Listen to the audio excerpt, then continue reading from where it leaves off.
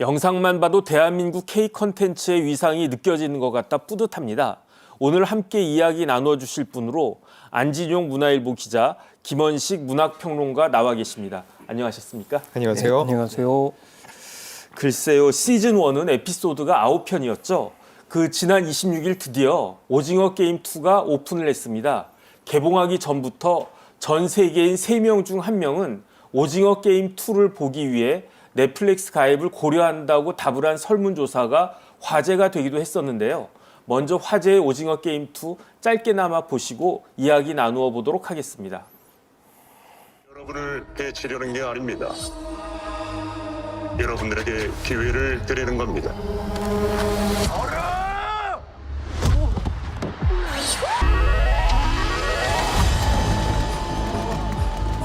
엄마, 급한만 더 하면 다 갖고도 남아. 야, 그럼 여기 왜 다시 들어왔냐?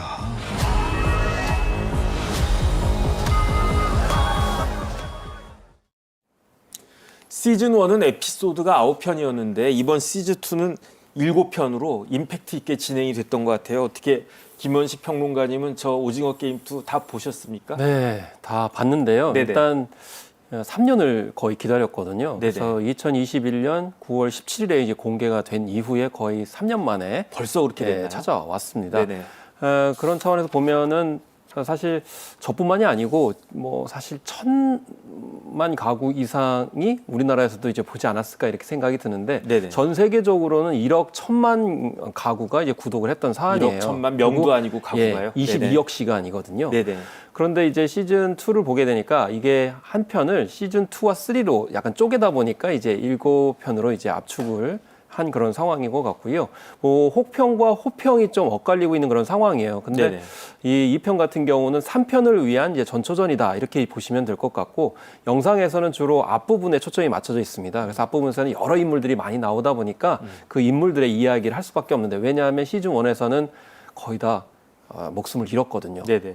그렇기 때문에 새로 인물들을 투입하다 보니까 그들의 이야기가 좀 길어서 지루하다 이런 평가도 있겠습니다만은 6회 7회로 가면서 흥미를 또 극적으로 끌어올리기 때문에 이런 점을 참조하시면 좋을 것 같고, 저는 무엇보다도 놀이가 매우 반가웠습니다. 아까 이제 네네. 무궁화꽃이 피었습니다도 있었습니다만 그것만 나오고 또 다른 놀이들이 있거든요. 뭐 예를 들면 딱지치기라든지 비석치기, 뭐 제기차기, 팽이돌리, 공기놀이, 이런 여러 다양한 놀이도 나오기 때문에 아마 모르긴 몰라도 우리 전통놀이의 그런 열풍이 새해에는 계속되지 않을까 이렇게 개인적으로는 생각해봤습니다. 그 뭐 우리나라 사람이라면 다 아는 놀이일 텐데 다른 나라 사람들은 뭐 딱지치기, 뭐 공기놀이 이런 거 잘 안 하지 않겠습니까? 그러면 다른 나라 반응은 어떤가요? 그 연일 기사가 오르내리고 있다 이런 건 제가 봤는데, 그렇다고 하더라도 객관적인 평가는 어떻게 봐야 될 것 같습니까? 말씀하신 객관적인 평가는 순위를 통해 확인할 수 있는데 네네. 실제로 공개한 지 이틀 만에 이 넷플릭스가 서비스하는 93개국에서 모두 1위에 올랐습니다. 그리고 지금 이 순간에도 사흘째 1위 자리를 유지하고 있는데 그만큼 많은 사람들이 오징어 게임 2를 기다렸고 또 지켜봤다는 얘기인 거죠. 아까 평론가님께서 말씀하신 대로 호불호가 엇갈렸습니다.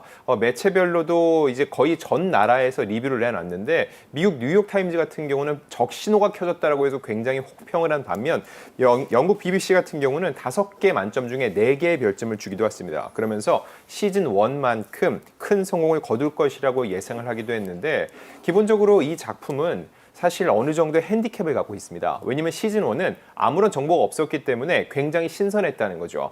게임을 하되 지면은 죽는다. 이거 자체가 굉장히 큰 스포일러인데 시즌2부터는 모든 게 공개가 되어 있습니다. 이를 보는 사람들은 이걸 다 알고 있다는 거죠. 그래서 이미 높아진 기대치 안에서 무언가 새로운 것을 보여주는 데 있어서 상당한 제약을 가질 수밖에 없다는 얘기입니다. 그럼에도 불구하고 다양한 스토리와 많은 캐릭터를 통해서 그런 핸디캡을 극복해 나가고 있다는 외신 반응도 적지 않았는데, 다만 한 가지 분명히 알아둬야 될 건 있습니다. 영국 가디언이 지적을 한 건데, 할리우드 이런 유명 작품들이 인기를 얻은 후에는 작품 쪼개기를 통해서 수익을 높이려 한다는 그런 시도를 한다는 거죠. 시즌 1 같은 경우는 9편으로 끝이 났는데 시즌 2는 7편이 완결될 이야기가 아니라는 겁니다. 내년 상반기 공개되는 시즌 3와 이어지는 이야기여서 완성된 이야기, 소위 요즘 몰아보기를 사람들이 좋아하는데 그렇게 볼 수 없는 컨텐츠라는 거죠. 바로 이런 부분 때문에 수익성 측면에서는 어느 정도 더 플러스 요인이 있겠지만 전반적인 작품에 대한 평가에 있어서는 사람들이 아쉽다는 목소리를 적잖이 내고 있는 겁니다. 네네. 후평도 있고 혹평도 있지만 어쨌든 객관적인 순위는 1등이다. 이렇게 정리할 수 있을 것 같습니다. 그런데 올해 한국 문학에는 기쁜 소식이 굉장히 많았습니다. 그런데 그중에서도 제일 큰 경사라고 하면 뭐니 해도 우리나라 작가 한강의 노벨 문학상 수상 소식인데요. 먼저 영광스러운 노벨상 수상 모습과 수상 소감 잠시 보시겠습니다. 네, 저기가 그러면 스톡홀름인가요? 어떻게 되나요?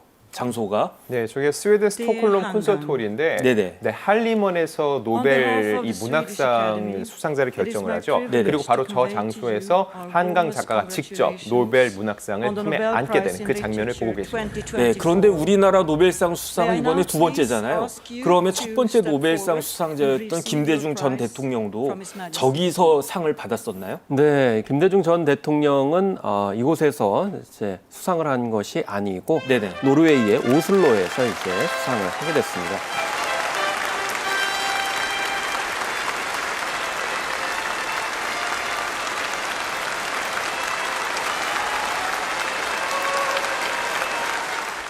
It is a great honor to introduce the Nobel laureate in literature, author Han Gang. Ever since I was a child, I have wanted to know the reason we are born, the reason suffering and love exist. These questions have been asked by literature for thousands of years and continue to be asked today. What is the meaning of our brief stay in this world? How difficult is it for us to remain human, come what may? In the darkest night, there is language that asks what we are made of, that insists on imagining into the first-person perspectives of the people and living beings that inhabit this planet. Language that connects us one another. Literature that deals in this language inevitably holds a kind of body heat. Just as inevitably, the work of reading and writing literature stands in opposition to all acts that destroy life. I would like to share the meaning of this award, which is for literature, with you, standing here in opposition to violence together. Thank you. 네, 평론가님 다시 봐도 굉장히 뿌듯한 그런 느낌이 딱 드는데 저렇게 한강 작가의 노벨 문학상 수상 어떤 의미가 있다고 볼 수 있을까요? 일단 아시아 여성으로서는 최초로 노벨 문학상을 이제 받게 됐죠. 네네. 뭐 아시아 여성으로서뿐만이 아니고 이제 아시아 문학가들이 좀 홀드됐다 이런 네네. 지적이 있었는데 본격적으로 아시아 문학뿐만이 아니고 한국 문학이 인정을 받았다 이런 표현을 합니다. 그렇지만은 저는 오히려 이제 인정을 받았다기보다는 서구 문학이 할 수 없는 일을 해냈기 때문이다 이렇게 생각이 들고요. 더더군다나 이제 요즘에 전 세계적으로 여성 문제, 또 생명 문제, 또 이제 전쟁을 이겨야 되는 어떤 평화 문제 이런 것들이 많이 부각이 됐기 때문에 이런 점들을 전적으로 다뤄왔던 한강 작가의 작품을 선택을 했다 이렇게 생각이 들고요. 그래서 네네. 이 폭력과 상처 회복에 대해서 주로 한강 작가가 오랫동안 여러 작품을 통해서 한국 현대사의 화두를 붙잡고 이제 형상화했기 때문에 이런 점을 이제 수상의 배경이라고 볼 수가 있겠습니다. 더더군다나 과거의 문제를 현재 우리가 어떻게 극복하고 미래에 더 좋은 세상을 위해서 어떻게 문학이 역할을 해야 될지에 대해서 한강 작가가 잘 보여줬기 때문에 이 노벨 문학상의 수상자로 결정된 게 아닌가 싶고요. 한편으로는 저는 뭐 우리가 노벨 문학상에 이제 힘을 얻었다 이렇게 보기보다는 네네. 오히려 한강 작가 지금 전 세계 그 여성들한테 엄청나게 주목을 받고 있고 인기를 끌고 있거든요. 그렇기 때문에 노벨 문학상이 한강 작가나 한국 문학에 빚을 졌다 이렇게 평가할 수도 있을 것 같습니다. 네, 이제는 노벨 문학상 작품을 번역본으로 읽지 않아도 되는 그러한 시대에 살고 있는 게 그 같습니다. 이렇게 한국 문학의 위상이 세계에서 굉장히 높아진 것 같은데 어느 정도까지 높아졌다고 볼 수 있을까요? 실제로 그 수치적인 거 말씀을 해드리면은요. 네네. 수출 실적입니다. 2023년 기준으로 2억 5천만 달러의 출판물 중 75.1%가 서적이었습니다. 그만큼 한국의 책들이 많이 수출이 된다고 볼 수 있는데 제가 볼 때 이 한강 작가의 수상은 갑작스러운 선물이 아니라 한국 출판계, 이 문학계가 단계를 밟아온 겁니다.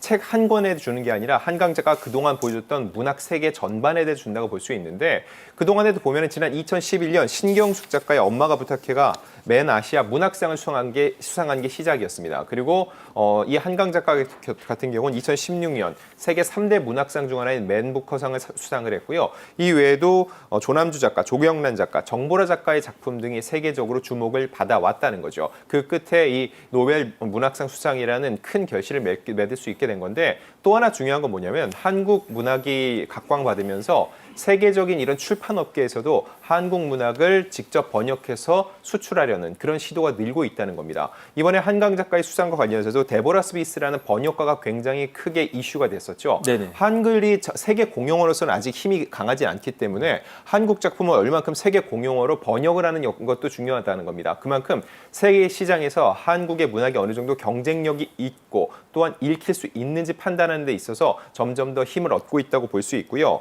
그렇기 때문에 이렇게 높아진 위상 때문에 앞으로도 출판이 수출이 더욱더 늘어날 것으로 보이고 더욱더 선순환 구조가 갖춰지는 하나의 계기가 된 것으로 보입니다. 네, K-드라마, K-문학에 이어서 2024년 전 세계를 강타한 K-음악에 대해서, 한국 음악에 대해서도 이야기를 나눠보겠습니다. 많은 그 노래들이 인기를 끌었는데 그중에서도 로제의 아파트는 대단한 인기를 끌었어요. 대단했습니다. 사실 한강 작가의 노벨 문학상도 예측을 못했습니다만은 네네. 로제의 아파트도 사실 깜짝 놀라게 했죠. 더더군다나 지금 방탄소년단에 이어서 블랙핑크 같은 경우도 지금 멤버 개별 활동을 하고 있는 그런 상황이거든요. 그래서 네네. K-팝 하면은 이제 그룹이 활동하는 것을 되게 생각할 수 있었는데 지금 싱글 활동, 솔로 활동으로 많이 활약을 하고 있는 와중에 로제의 아파트가 굉장히 큰 인기를 끌어서 우리에게는 사실 영국 차트는 좀 인색하다라는 인상이 많거든요. 근데 네네.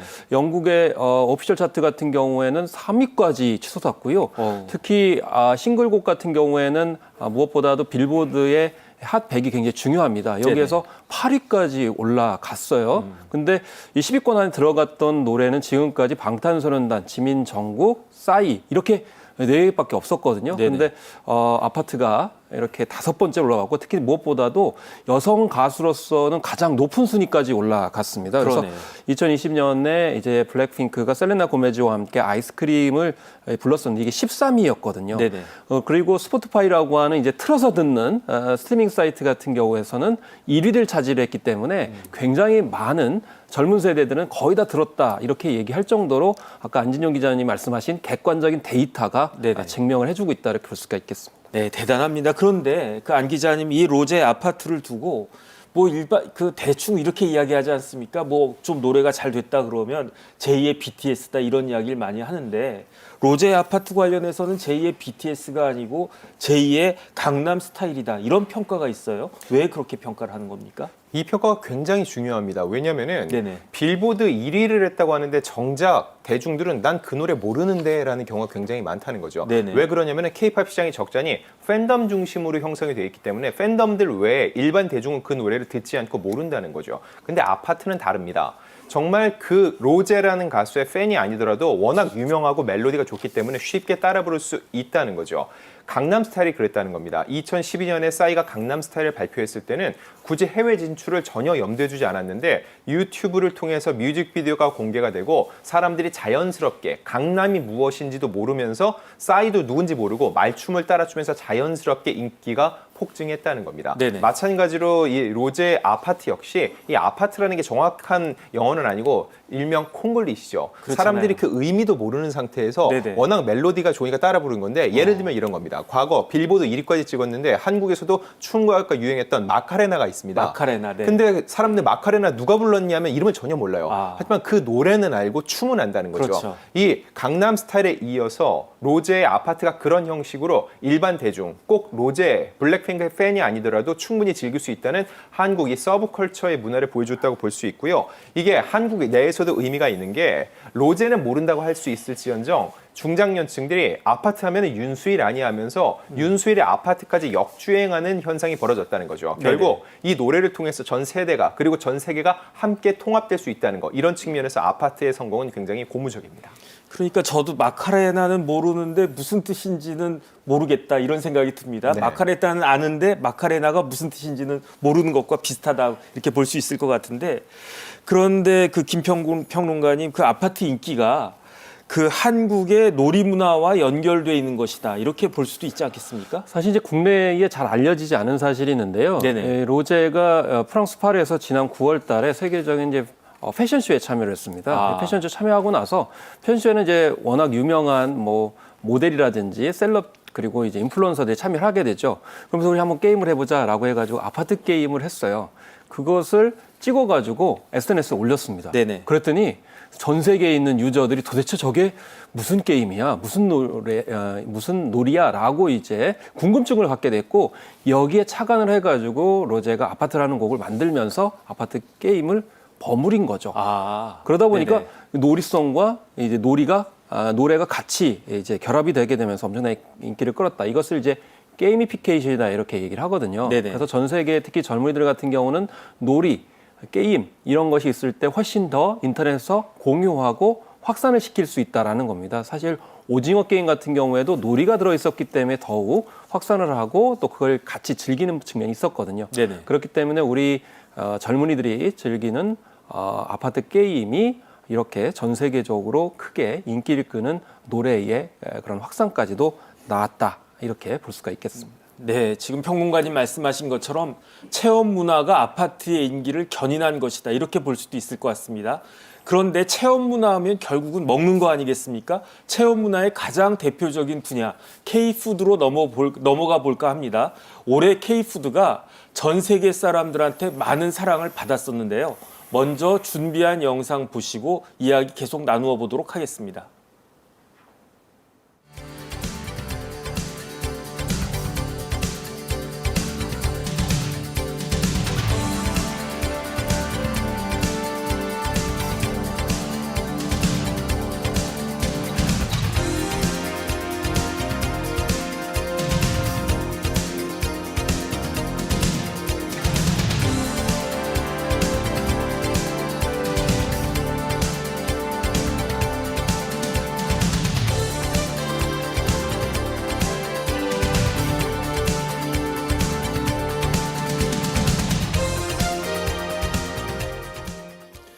올해 우리나라의 스트리트 푸드가 대단한 인기를 끌었습니다. 그런데 스트리트 푸드의 가장 대표적이다라고 하면 역시 호떡인데요.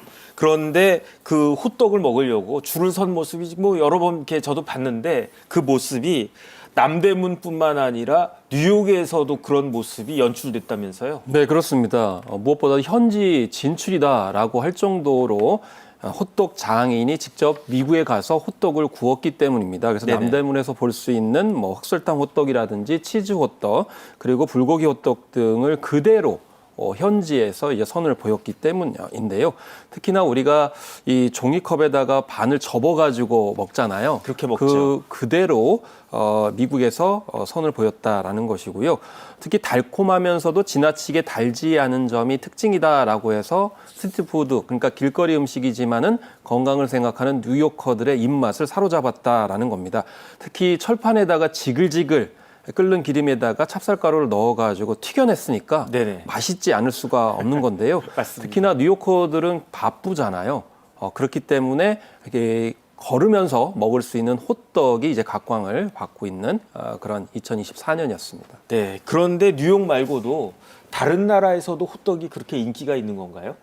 네, 실제로 조사가 있습니다. 네네. 세계에서 가장 맛있는 길거리 음식에 대한 조사 결과를 보면은요. 일단 1위는 아닙니다. 1위는 포르투갈의 이 에그타르트예요. 정말 우리도 에그타르트 하면 누구나 알 수 있죠. 그만큼 유명한 음식이 1위인데 호떡은 4위였습니다. 4위. 네, 이 벨기에 와플 이것도 워낙 유명한데 그렇죠. 이것보다 호떡이 더 높은 순위였다는 거죠. 그래서 한국에서는 사실 너무 흔하기 때문에 사람들이 호떡을 많이 사 먹는다라는 인식이 별로 없는데 정작 외국인들이 바라볼 때는 호떡이 굉장히 맛있고 신기한 음식인 동시에 또 무엇보다도 소위 말하는 힙한 음식이라는 거죠. 외국인들이 또 유명인들이 와서 호떡을 먹는 영상을 틱톡이라든지 유튜브 이런 쇼츠 영상을 통해 올려주고 있습니다. 그럼 이런 영상을 본 사람들은 영향을 받는다는 거죠. 그러면 한국에 와서 또 호떡을 찾게 되는데 또 호떡을 먹은 사람들 중에 내놓는 반응 중에 하나는 뭐냐면 굉장히 싸다는 거죠. 싸다. 네, 요즘 물가가 많이 올랐는데 호떡 하나의 가격이 여전히 네네. 한 1,500원에서 2,000원 선이거든요. 네네. 외국과 비교를 하더라도 굉장히 빠르게 만들어지고 빠르게 먹을 수 있는데 값은 싸기 때문에 한국을 대표하는 이 식품으로서 더욱더 자리매김하고 있는데 따지고 보면은 조금 더 거슬러 올라가면 호떡이 화제를 모은 적이 있습니다. 바로 지난 평창 동계 올림픽이었습니다. 이때 선수촌에서 호떡을 구워서 제공을 했는데 워낙 동계 올림픽이니까 날씨가 추웠잖아요. 네네. 이 호호 불면서 먹었던 호떡이 선수들, 세계적인 선수들 사이에서 화제를 모았고 그들이 먹는 모습이 재차 또 전 세계에 전파되는 효과를 누리기도 했었죠. 그러니까 요즘 환율이면은 뭐 1,500원, 2,000원이면 1달러, 2달러 이 정도 되는 거 아니겠습니까? 네. 그 정도 가격으로 먹을 수 있는 간식 중에서는 호떡이 최고가 아닌가 그런 생각이 듭니다. 그런데 평론가님 이렇게 해외에서 인기가 있는 우리나라 길거리 음식 이른바 K 스트리트 푸드 중에 저 호떡 말고도 또 인기가 있는 게 있다면서요? 그게 뭡니까? 양대 산맥이죠. 양대 그래서 산맥. 호떡하고 네네. 핫도그를 들 수가 있는데 네네. 이 핫도그가 우리 음식이야? 라고 갸우뚱을 하실 수가 있잖아요. 네네. 왜냐하면 핫도그는 미국에서 건너온 것이잖아요. 그렇죠. 그런데 미국하고 한국의 핫도그는 일단 다른 측면이 있죠. 우리가 이제 아시다시피 미국의 핫도그는 빵 사이에 소시지를 넣어가지고 먹는 어떤 스타일이라고 하죠. 그리고 우리 이제 막대기에다가 꽂아가지고 먹는 콘도그 형식이 바로 우리 한국의 핫도그인데 미국에도 콘도그 형식은 있습니다. 그런데 중요한 거는 겉 형식과 내용물이 전혀 다르다는 겁니다. 네네. 한국식 핫도그는 일단 빵가루를 입혀가지고 튀겨내죠. 그렇죠. 근데 미국식은 튀겨내는 건 아니고 뭐 옷을 따로 입히는 건 아닌 그런 상황이고 돌돌돌도 반죽을 말아가지고 튀겨내는 점이고 그 위에다가 뭔가를 또 얹습니다. 예를 들면 요즘에는 이제 치즈도 넣은 데다가 그 주변에다 이제 감자를 이제 넣는데 어떤 외국인이 그러더라고요. 눈물 나게 맛있다. 이렇게 맛있는 음식은 먹어본 적이 없다. 이렇게까지 얘기를 했고 설탕 뿌리는 것뿐만이 아니고 요즘에는 시즈닝이라고 해가지고 따로 거기다 소스를 이제 얹습니다. 네네. 그리고 이제 일본도 그렇고 미국도 그렇고 한 입 베어 문 다음에 쭉 저렇게 치즈를 빼어 무는 것 얼마나 더 길게 빼느냐 이것이 또 젊은이들 사이에서의 또 챌린지다 이렇게 이제 보시면 되겠는데 중요한 거는 앞서서 말씀드린 뉴욕과 같은 대도시뿐만이 아니고요. 로스앤젤을 거쳐서 미국의 중서부 남부까지도 확산되고 있다라는 것입니다. 그렇기 때문에 도시의 어떤 젊은이들뿐만이 아니고 전 세대가 같이 즐기는 한국식 핫도그의 위력을 또 이렇게 볼 수가 있겠습니다. 그런데 사실 우리끼리 얘기지만 옛날 핫도그는 작은 소세지에다가 밀가루 반죽 크게 해가지고 그렇게 먹었던 그런 그 핫도그였는데 그 핫도그가 이렇게 진화를 하게 된 것 같습니다. 그런데 안 기자님, 그 조금 전에 이제 평론가님이 양대 산맥이 핫도그하고 호떡이라고 그렇게 이야기를 했는데 그 이전에 양대 산맥이라고 할 수 있는 핫도그, 호떡 이전에 있었던 게 바로 냉동김밥 아닙니까? 냉동김밥이 블록버스터급 인기가 있었다라고 이야기를 하는데 도대체 어떤 사연이 있었던 겁니까? 한국인으로서는 좀 이해가 안 될 수도 있어요. 그렇죠. 이렇게까지 김밥이 매진 사태를 빚었다. 게다가 그냥 김밥도 아니고 냉동 김밥입니다. 네네. 얼렸던 김밥을 녹여 먹이는데 그렇게 인기가 있다고 생각할 수 있는데 이거는 엄연한 사실입니다. 이 트레이더 조스라는 미국 전역에 있는 마트 체인이 있는데 이곳에서 500여 개 매장에서 정말로 냉동김밥이 솔드아웃 됐던 거죠. 작년 8월에 한국 냉동김밥을 납품받아서 판매하기 시작을 했는데 그 포장지를 보면은 실제로 보면 라이스 위드 시 위드 이런 표현이 아니라 김밥이라고 정확히 영어로 쓰여 있습니다. 한국의 고유 음식이라는 걸 인정을 한 건데 유부 우엉김밥 가격이 3.99달러, 한국 돈으로 채 6,000원이 안 되니까 앞서서 핫도그와 호떡이 디저트였는데 이건 한 끼의 식사잖아요. 식사 가격이 미국 시장에서 6,000원으로 해결이 된다? 가성비를 따졌을 때도 굉장히 큰 인기를 누릴 수 있었다는 거죠. 또 하나, 이 SNS가 한몫했습니다. 틱톡에 이 냉동김밥을 맛있게 먹는 모습을 담은 유튜브 이 영상이 올라갔는데 그 영상의 조회수가 어마어마하게 올라왔습니다. 그때부터 사람들이 찾기 시작을 했고 그래서 이 마트에서 250톤 김밥 무려 100만 줄을 해당되는 양을 2주 만에 전 매장에서 완판 효과를 누렸다는 거죠. 다시 재입고를 기다리고 있는데 그 기간만 2달 정도 걸렸고요. 사람들 기다리지 않습니다. 요즘은 다들 굉장히 빨리빨리 문화가 확산이 돼 있잖아요. 그래서 한인마트를 찾아갔는데 이곳 역시 저마다 김밥을 구하려 했기 때문에 정작 김밥이 모두 매진돼서 살 수 없었다는 거죠. 네네. 자, 여담으로 하나 말씀드리면요. 이 냉동김밥을 만들었던 그 업체 직원은 6명이었습니다. 네네. 우리나라의 중소기업 제품인데 이렇게까지 각광받으면서 무려 150명을 신규 채용할 정도로 산업 자체가 활성화되는 효과를 가져왔습니다. 야, 그러면 25배가 늘어났다 그렇게 볼 수도 있겠네요. 그런데 그 평론가님 한국 음식의 맛하면 역시 매운맛 아니겠습니까? 그런데 매운맛 하면 그 대표적인 그 음식이 불닭볶음면이라고 볼 수 있을 것 같은데 제가 그 통계 보고 깜짝 놀랐는데 전 세계 인구 100명 중 1명이 불닭볶음면을 먹어봤다. 이렇게 이야기가 나오는데 이게 사실입니까? 네, 일단 사실인데요. 참 네네. 이해가 안 될 소지가 있습니다. 왜냐하면 네네. 예전에 이제 외국인들이 김치만 먹어도 너무 맵다고 그래가지고 핫 그러면서 물을 찾는 그런 장면들을 우리가 흔히 영상을 통해서 이제 볼 수가 있었잖아요. 네네. 그런데 김치에 비하면 불닭볶음면은 정말 맵거든요. 네네. 그래서 이렇게 매운 것을 왜 먹을까라고 생각할 수 있는데 일단 이 매운 불닭볶음면을 먹는 세대는 젊은 세대들입니다. 인터넷을 중심으로 일종의 챌린지 열풍이 불었던 거죠. 아. 영국 남자인 유튜버인 조슈가 불닭볶음면 도전 영상을 올리게 되면서 네네. 도전 미션으로 이제 제공을 한 겁니다. 아. 그러니까 사실은 매울수록 도전 의욕을 불러일으키게 되는 것이죠. 그래서 나도 해봤다. 나는 너끈히 할 수 있다 해서 인증샷을 올리게 되면서 하나의 SNS 챌린지 문화를 만들어가게 됐다라는 것입니다. 그래서 지난해에만 전 세계 판매된 불닭볶음면이 9,100만 개, 세계 인구가 81억 명을 감안하면은 지구상 100명 중에 1명은 불닭볶음면을 먹어본 것이다. 이렇게 통계적으로 이야기가 할 수 있는 것이죠. 네네. 그래서 무엇보다 중요한 거는 지금은 이제 이렇게 영상을 통해서 홍보를 하지 않아도 그러니까 사실 기업들 입장에서 봤을 때는 우리 이제 옛말에 이런 말 했지 않습니까? 손 안 대고 코 푼다고. 그래서 이 버블 마케팅이 자연 발생적으로 일어나다 보니까 홍보 비용도 전혀 들어가지 않은 상황 속에서 이 판매가 되니까 굉장히 가성비가 좋은 매운맛 음식을 지금 전 세계에 우리가 보여주고 있다 이렇게 볼 수가 있겠습니다. 어쨌든 제일 중요한 건 챌린지 열풍 자체, 그러니까 SNS 때문에 이제 열풍이 일어난 게 아니고 음식 자체가 맛이 있기 때문이다라는 것을 우리가 다시 한번 강조할 수가 있겠죠. 그래서 예전에 방탄소년단 팬들이 SNS 때문에 방탄소년단이 유명해졌다라고 하는 이 전문가의 논평을 아주 좀 지적을 하더라고요. 그래서 네네. SNS는 누구나 다 하죠. 챌린지 열풍은 다 있습니다. 그렇지만 결국에는 콘텐츠, 음식 맛이 중요하다라는 것을 불닭볶음면을 통해서 또 이렇게 반대로 짐작할 수 있었습니다. 그럼 정리를 하면 도전을 했는데 도전해서 먹어보니까 맛이 있어요. 그렇죠. 그러니까 또 도전하게 되는 그런 선순환 구조가 불닭볶음면을 전 네. 세계 인구의 거의 뭐 100명 중에 1명이 네. 먹게끔 만드는 그런 매력을 갖게 만들었다 이렇게 볼 수 있을 것 같은데 네. 안 기자님 K푸드가 어떤 매력이 있길래 이렇게 자꾸 이렇게 하나씩 더 이렇게 늘어나는 걸까요?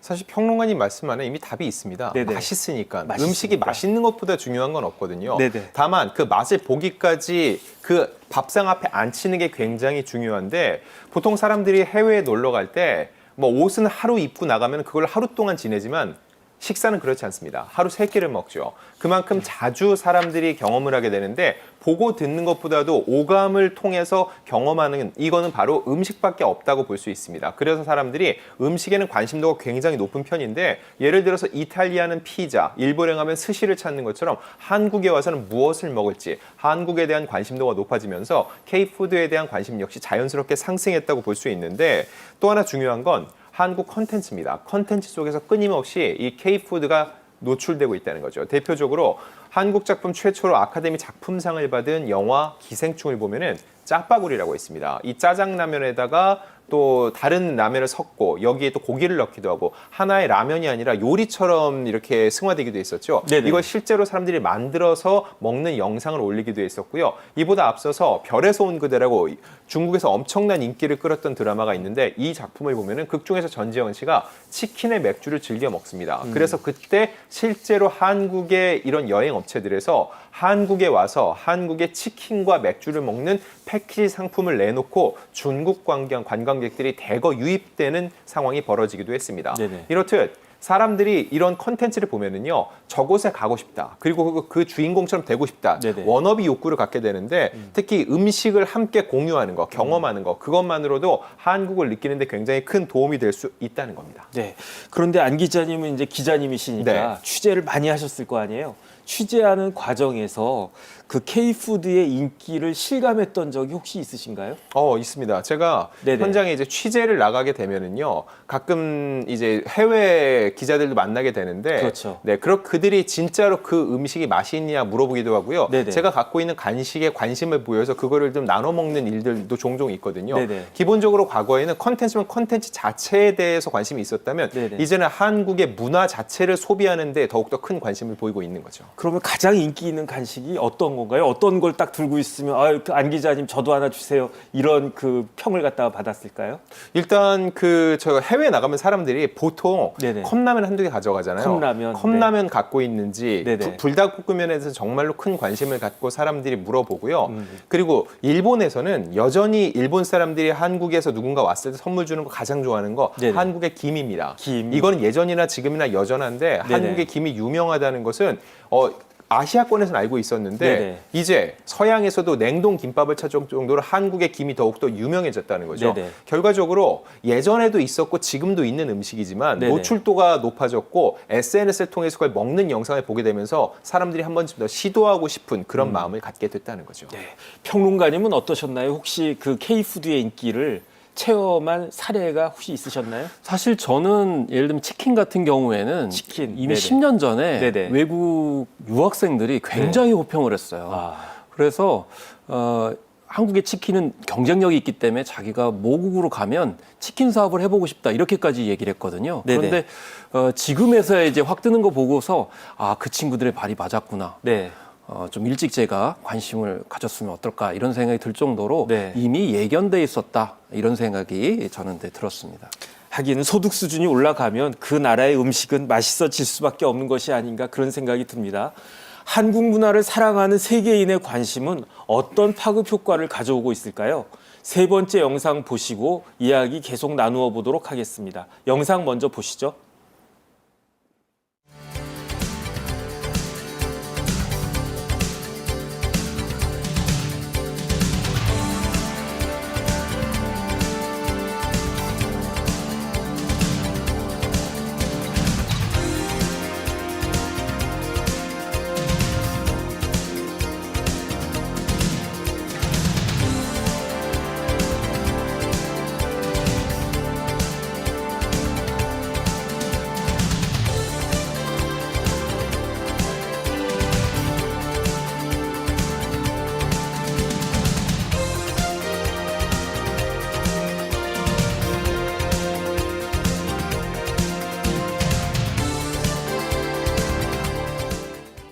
우리나라 한국 문화를 사랑하는 분위기가 계속되고 있기는 한데 예전과는 조금 달라진 것 같습니다. 이전에는 한류라는 표현을 썼잖아요. 그런데 요즘에는 한류라는 표현을 잘 안 쓰고 쓰긴 쓰더라도 한류 4.0이라든지 이런 표현을 쓰는 것 같은데 안 기자님, 과거 한국 문화의 인기하고 지금 한국 문화의 인기가 조금 차이가 있는 것 같은데 어떤 차이가 있는 걸까요?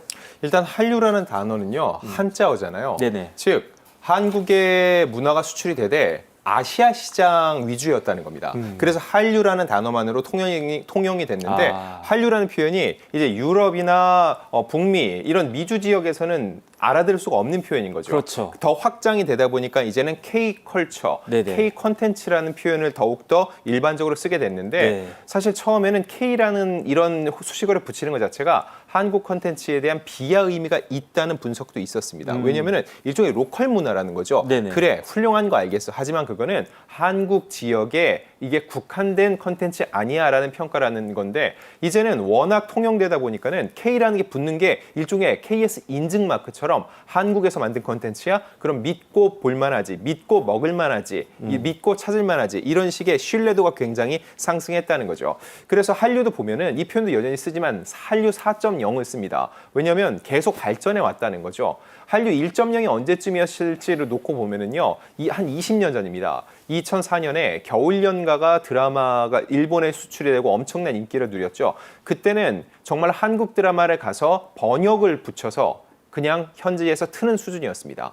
그 2.0으로 넘어오면은 이런 한류 스타들이 이제는 현지에 가서 활동을 하기 시작을 하죠. 그리고 더 나아가서 한류 이제는 팝이라든지 K-팝이라든지 더욱더 여러 장르에서 K-무비라든지 모든 영역에서 사람들이 K-컨텐츠를 즐길 수 있는 지점에 왔는데 그럼 한류 4.0은 어느 지점이냐?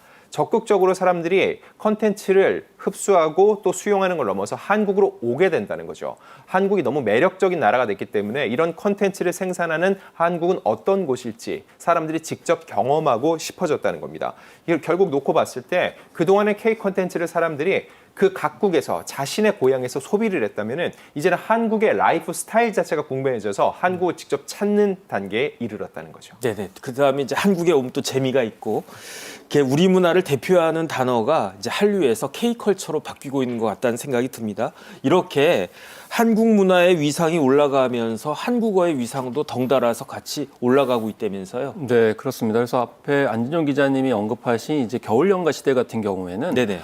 겨울연가를 보기 위해서 한국어를 배웠어요. 그러니까 콘텐츠를 보기 위해서 한국어를 배우는 수준이었던 것이죠. 네네. 근데 앞에서 이제 설명하셨듯이 음식, 뷰티, 뭐 일상생활, 라이프 스타일 전반에 걸쳐가지고 위상이 올라가다 보니까 한국 문화, 일상에 대해서 더 관심이 많아지다 보니까 아예 이제 한국어를 더 본격적으로 배워야 되겠다 이렇게 생각을 하게 된 거죠. 네. 그래서 이 한국어를 배우기 위해서 이렇게 학습자가 늘어나면은 단순히 이제 어학원에 등록하는 이제 외국 유학생이 증가하는 것뿐만이 아니고 나중에는 정규 학위, 그러니까 학사, 석사, 박사 학위까지 이제 배우려고 하는 친구들이 늘어나게 됩니다. 그래서 최근 대학의 국문학과 대학원 과정에 3명당 1명이 외국인인 그런 상황이고요. 네네. 무엇보다 중요한 것은 이렇게 한국학에 대해서 관심을 갖다 보면은 자연스럽게 번역을 할 수 있는 해외 인력들이 늘어나는 겁니다. 예를 그렇죠. 들면 데보라 스미스 같은 경우는 원래 한국 문학의 매력을 느껴가지고 네네. 영국의 한국학 과정을 가서 석박사를 했거든요. 네. 그러다 보니까 오히려 한국에 대해 잘 이해하게 되면서 한국 문학 번역을 더 잘하게 되는 그런 상황이 된 것이죠. 그렇기 때문에 처음에는 K 컨텐츠로 시작을 해서 나중에는 라이프 스타일 그리고 한국학 또 학문에 이제 관심을 갖게 되고 이게 전반적으로 큰 영향을 미친다. 중요한 건 한국을 제대로 아는 학술인들이 현지에 많이 배출이 되기 때문에 네네. 미래에 지나면은 우리 한국에 굉장히 유리한 그런 인적 자원이 각국에 포진하기 때문에 이 K 콘텐츠의 위력을 미래의 어떤 장기적인 효과 관점에서 봤을 때도 굉장히 긍정적으로 볼 수 있다고 이제 생각할 수 있겠습니다. 네. 그리고 이제 한국을 찾는 관광의 양상도 조금 바뀌고 있는 것 같아요. 제가 옛날에 어떤 이야기를 들었냐면 일본까지 온 김에 뭐 한국이라고 한 나라가 있으니까 잠깐 들렸다 가보지 뭐 이래 가지고 한국에 서울에 잠깐 들렸다가 그냥 떠나는 경우가 왕왕 있었다라고 들었는데 이제는 그런 시대는 완전히 지나간 거죠. 네, 실제로 한국을 찾는 외국인 관광객 수를 보면 알 수 있는데 네네. 2024년 1월 기준으로 92만 5천 명인데 전년 92만. 동기 대비해서 약 2배가량 증가한 수치입니다. 네네. 그러면 그거는 팬데믹이 끝낸 여파가 아니냐라고 할 수 있는데 물론 동의합니다. 하지만 그것 그것보다도 훨씬 더 이 상승 수치가 크다는 거죠. 게다가 2023년 4분기 한국을 찾은 외국인을 대상으로 조사를 해보니까 한국 여행에 관심을 두게 된 계기가 바로 한류 콘텐츠라고 답한 비중이 31.9%에 이르렀다는 거죠. 제가 하나 비유를 들어서 말씀드리면은 미슐랭 스타라고 있죠. 1, 2, 3 스타의 기준이 보면은 1 스타는 음식이 맛있는 거고 2는 음식이 맛있어서 찾아가 볼 만하고 근데 3 스타가 중요합니다. 그 음식을 먹기 위해서 일부러 그곳을 찾아갈 필요가 있는 곳이라는 얘기인데 이제 한국이 그렇다는 거예요. 한국의 그런 음식을 맛보고 한국의 문화를 즐기기 위해서 한국을 일부러 찾아갈 만한 나라가 됐다. 이런 평가를 받는다고 볼 수 있는데 네네. 또 하나 중요한 거. 과거에 한국 여행을 하면 대다수 하는 얘기가 명동 가봤냐, 동대문 가봤냐, 경복궁 가봤냐 이렇게 고궁이나 어떤 역사적인 장소 위주로 사람들이 찾아가는데 이제는 일상을 경험한다는 겁니다. 예를 들면은 편의점 투어라는 거죠. 편의점에 가서 그 자리에서 바로 불닭볶음면을 사서 물을 부어서 그걸 먹고 이 영상을 찍어서 올리기도 하고요. 또한 SNS에 요즘 젊은 전 세계 MZ들이 도전하는 게 편의점에 가서 바나나 맛 우유와 얼음컵을 산 후에 이걸 섞어서 먹는 이런 현상도 굉장히 크게 유행을 하고 있다고 합니다. 이런 식으로 사람들이 한국을 찾아올 때 더 이상 특정한 어떤 뻔하다는 표현은 좀 적절치 않을 것 같고요. 그동안 왔던 그런 익숙한 곳을 또 찾아가기보다는 한국의 곳곳, 골목 문화, 그리고 길거리 음식, 과연 한국에서는 일상에서 사람들이 어떤 문화를 즐기는지를 직접 경험해보고 싶어하는 사람들이 한국을 굉장히 많이 찾고 있다는 겁니다. 평론가님은 어떻게 보셨어요? 그 2025년 이제 내일이면 2025년 아니겠습니까? 어쨌든 한국을 찾는 관광의 그 형태가 어떤 식으로 지금 변화하고 있다고 지금 보십니까? 저는 이제 일상 체험이라고 생각을 합니다. 네네. 그래서 우리가 예전에 보면 외국인들이 우리나라를 어떻게 생각할까 그러면서 Do you know? 하면서 뭐 이렇게 붙이고 그랬었잖아요. 네네. 그건 이제 외국인들이 좋아하는 게 뭘까? 우리 나라에 대해서 좋아하고 있나? 호감은 있나? 이런 좀 의구심이 많이 있었잖아요. 네네. 근데 이 외국인들, 세계인들이 한국을 주목을 하고 있습니다. 그래서 눈치를 볼 필요가 없다. 세계인들은 우리 국민들이 무엇을 좋아하고 선호하는지 여기에 더 관심이 많다라는 거죠. 그렇기 때문에 자신감 있게 우리 일상을 세계인들과 공유하는 그런 이제 태도가 무엇보다 중요할 것이다라는 생각이 들기 때문에 자신 있게 새해에 일상을 세계인들과 공유한다는 생각으로 생활을 하시면 더 바람직한 이제 결과가 나올 것이다. 그래서 일부러 뭐 상품이나 서비스를 만들어 가지고 선보이는 것보다는 자연스러움이 무엇보다 K 컨텐츠 혹은 K 상품의 가치를 높여줄 게 이제 분명해 보입니다. 그래서 이제 두 분 말씀 듣고 나서 제가 곰곰이 생각을 해보니까 우리나라를 방문하는 관광객들 이렇게 마주치지 않습니까? 그 관광객들이 한국어를 잘하는 사람들이 의외로 많이 있더라고요. 그런 게 지금 그 두 분이 말씀하신 그런 여파가 아닌가 그런 생각이 듭니다. 그다음 이제 안 기자님 드디어 오늘이 2024년 마지막 날 아니겠습니까? 네. 이제 뭐 몇 시간 지나면은 2025년이 되는데 2025년 K컬처의 키워드를 뭐로 잡을 수 있을까요? 어떻게 생각하십니까? 저는 좀 포괄적으로 한 단어로 정리하면은 슈퍼 IP라고 말씀드리고 싶어요. 슈퍼 IP요? 네. 네네. 왜냐면 오늘 지금 저희가 다룬 주제들도 보면은요. 네네. 오징어 게임 2라든지 로제 그리고 한강 작가 결국 이런 게임 체인저로 갈 수 있는 슈퍼스타나 슈퍼 컨텐츠가 등장하면서 네네. 사람들이 이걸 기점으로 해서 한국 전반에 관심을 갖고 그 컨텐츠 안에 담긴 문화를 공부해가면서 한국을 더욱더 좋아하게 되는 현상이 빚어지고 있죠. 2025년은 2명의 슈퍼 IP가 돌아옵니다. 바로 네네. 오는 3월에는 봉준호 감독의 신작이 공개가 됩니다. 네, 기생충의 공개 이후 무려 5년 만입니다. 네네. 팬데믹 기간이 있었기 때문에 봉준호 감독의 이 컴백이 더 늦어졌는데 전 세계가 주목하고 있거든요. 그래서 작품 자체도 해외의 대형 스튜디오와 손을 잡고 만든 작품입니다. 네네. 그렇기 때문에 봉준호 감독이 어떤 모습으로 돌아오게 될지 그리고 봉준호 감독이 전 세계 영화 시장에 또 어떤 영향을 끼치게 될지 굉장히 큰 주목이 되고요. 또 하나 중요한 슈퍼 IP는 오는 6월에 군 복무를 모두 마치게 되는 그룹 방탄소년단입니다. BTS. 그렇습니다. 사실 방탄소년단은 이 K-팝 시장에서 한국의 위상을 높였다고 할 만한 그룹인데 네네. 그 그룹이 있었기 때문에 그들의 군 복무 기간 중에도 그 후배 그룹들이 왕성히 활동을 해오면서 계속 그 명맥을 유지해 왔습니다. 하지만 일종의 왕의 귀환이라고 할 수 있죠. BTS가 돌아오는 그 수많은 팬들이 이를 기다리고 있다는 겁니다. BTS가 돌아왔을 때 K-팝 시장을 넘어서 전 세계 팝 시장이 어떤 식으로 또 변화하게 될지, 과연 그들이 또 다른 형태의 게임 체인저를 자리매김하게 될 수 있을지 2025년 분명히 주목해야 될 지점입니다. 네.